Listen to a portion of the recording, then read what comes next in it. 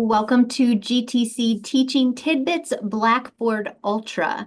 In this series, each episode we explore techniques, tips, practices, ideas to expand your knowledge of and your comfort with using Blackboard Ultra. And as I'm joined today by April Akins, who is part of the Curriculum and Instructional Support Center. Welcome back, April. Thanks. Always, I look forward to these now. It's a consistent thing every month that we do, and April joins us. Always, as you know by now, or will discover, Blackboard updates monthly, and so there are always new features and new items being rolled out. So we like to provide a preview of what is coming ahead in the next month or so. The beginning of a new month is just around the corner. So April is here with a look at the updates for the month of April 2025. So April, I will turn it over to you to share all about these new updates. Thank you. So, April updates. It's a tongue twister when I say April updates, and I'm April, but that's another story. So, a couple of things to highlight with this month as we're moving towards mid-semester. It seems like they kind of narrowed down and don't have as many updates for us, which I think is helpful when you're in the middle of a semester trying to work on things. So, just a couple of quick updates. One that I think is going to be really exciting is the student feedback review indicator. So what I have is a screenshot of, this is an individual student's gradebook view. So you can see this individual student, the assignments that they have completed. And then over here in the status column, you can now see if they've reviewed your feedback or if they have not reviewed the feedback yet. So that will help you understand the student is still not getting something that, a concept that you're working on with them. If you go in and you can see, well, you haven't read my feedback, that might help you with what's going on in the, with whatever it is that you're working with them on. So that's a neat new update that's happening for you to do that at the individual student level. They're also kind of slightly changing the way it's going to look for students. They're going to have a black view button instead of that purple little kind of paper icon that was there before. And they click on that view button, it's going to give them the results for that assignment and then also your feedback. And when they click on that and view that, then that's when it's going to change that indicator for you to see that the students have reviewed your feedback. So I think that's helpful to see whether or not they've reviewed it and if they're incorporating that in the next steps in your course. Another thing that they're doing is in the messages. So when you create a new message, they're updating some of those recipient fields. So now you can include all students, selected students with alerts, just a little bit different approach to that. So you'll see that in the drop-down menu. So minor update, but something to be aware of if you're wanting to select certain students. It's going to give you a little bit more options. And they're adding more options for us to be able to print things. So, you've been able to now print tests. With March, we were able to now start printing our rubric. Now you can start printing your documents within Blackboard Ultra. So your pages, they refer to them as documents. So when you can print those pages out, if they include a knowledge check, it's also going to print that out for students. So it'll move it into a PDF format for them to save for later, or if you need it for accessibility issues, you're able to print that out, or you can keep records for yourself as well if you want that option. So you're able to now print the documents as well. So those are the top 3 updates, I would say. There's a couple more, but they're kind of minor. So I'm just going to include those on the LibGuide with more details about these as well as those. But then I want to highlight something else that we've been getting a lot of questions about, and we've decided maybe we need to kind of explain this to everyone. So when you go into your gradebook, you're now able to print not only the grades that are there on the page where you can, export that to an Excel, you see the gradebook.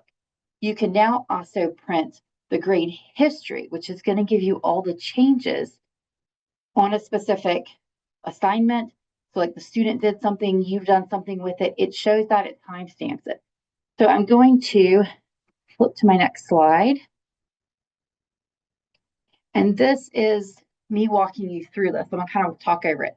If you go to your gradebook and then go to your grades view, on the far right corner, you'll see this download arrow icon. If you click on that icon, then it says download grade. If you want that full gradebook, so just the grades itself, you want to click the full gradebook. The grade history is what gives you any changes made to the grade. And then there's a couple of options you can work yourself through. So first is, do you want every assignment, or do you just want to look at one assignment within the course? Do you want to see if it was modified all times, the last couple of days? Just kind of narrowing down what you actually get with the results. And then how you want that file to come back, if you want it as a CSV or an XLS. Either way, you're going to get the same information. And then you want to download that to your device. And then you open up that Excel spreadsheet. It will ask you to convert. I think I hit that button before I moved it to the screen, so you can't see that. But it will ask you to convert this over so that you can see all of the information.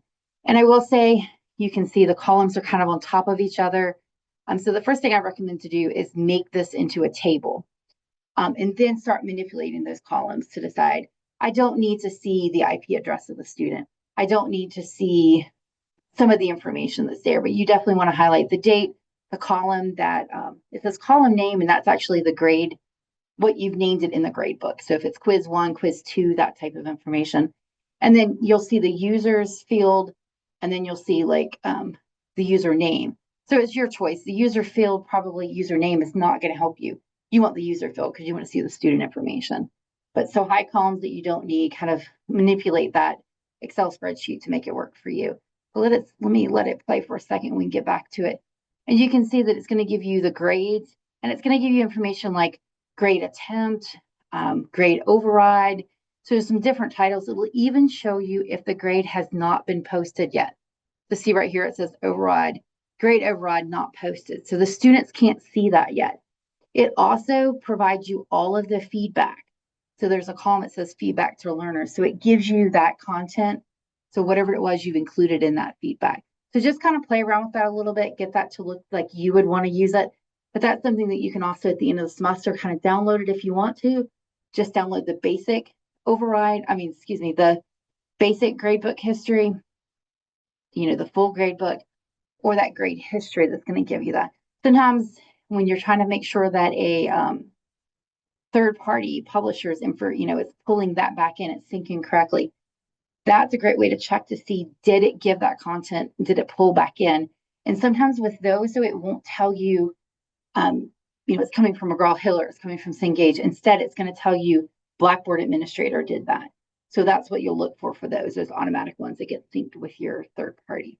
But that's just another way to look at your grades and make sure things are getting posted where they should be. And information is, you can see that the student has done multiple attempts and things like that. So just another way to review the grade book. So those are the big highlights for this month. Wow, thank you, April. I am definitely excited to hear about the change to the student feedback and changing it from that purple icon to the actual word view. I think that's going to end up being so incredibly helpful in trying to make it a little more accessible to find and view the feedback. I don't think it can get much more simple than that. I think how helpful that is, as well as just the demo on how to print some of those grade histories for the records. I love the fact that even the feedback is included in that. So if you want a record for whatever reason like that outside of the course, you now have that opportunity. And there is steps for how to do that. I have built a guide that's on the LibGuide too. So if people want to walk through it that way. Great. For those who are how to step by step, just give me a guide to follow. That will be wonderful. Well, thank you, April, for sharing about those highlights coming up for the month of April 2025. If you want to continue the conversation with April, feel free to reach out to April. I've put her email on the screen here, april.akins@gvltec.edu. Also, remember that you can submit a support ticket, and CISC really encourages that. It gives you a lot of different options to make sure that the right team member is able to connect with you in a timely manner. So you will find the link to that support ticket in the description below the video. And as April mentioned, CISC has a wonderful LibGuide where that houses all of the resources and materials that they're cultivating, developing, trying to make available to you. The link to that LibGuide is also in the description below this video. Well, that's our Teaching Tidbits Blackboard Ultra episode for today, and we will see you next time.